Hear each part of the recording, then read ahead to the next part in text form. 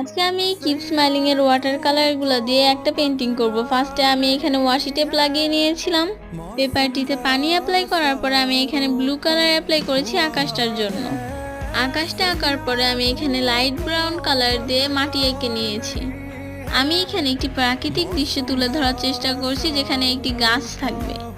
গাছটা আঁকার জন্য আমি এখানে লাইট ব্রাউন আর ডার্ক ব্রাউন কালার অ্যাপ্লাই করেছিলাম। পাতাগুলো আঁকার জন্য আমি এখানে লাইট গ্রিন এবং ডার্ক গ্রিন কালার অ্যাপ্লাই করেছি। যে রেফারেন্স পিকচারটা দেখে এই গাছটা আঁকছিলাম সেটা অনেকটা রিয়েলিস্টিক ছিল, কিন্তু আমারটা অতটা রিয়েলিস্টিক হয়নি। আমি এই ওয়াটার কালারটা দিয়ে এই ফার্স্ট টাইম পেন্টিং করছি, এর জন্য এটাকে এত রিয়েলিস্টিক আশা করা উচিত নয়।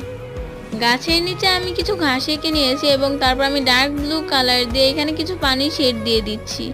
এই তো আমার পেন্টিংটি কমপ্লিট হয়ে গেছে। আমার কাছে বেশ ভালোই লেগেছে। তোমাদের কাছে কেমন লেগেছে তা আমাকে অবশ্যই কমেন্ট করে জানাবে।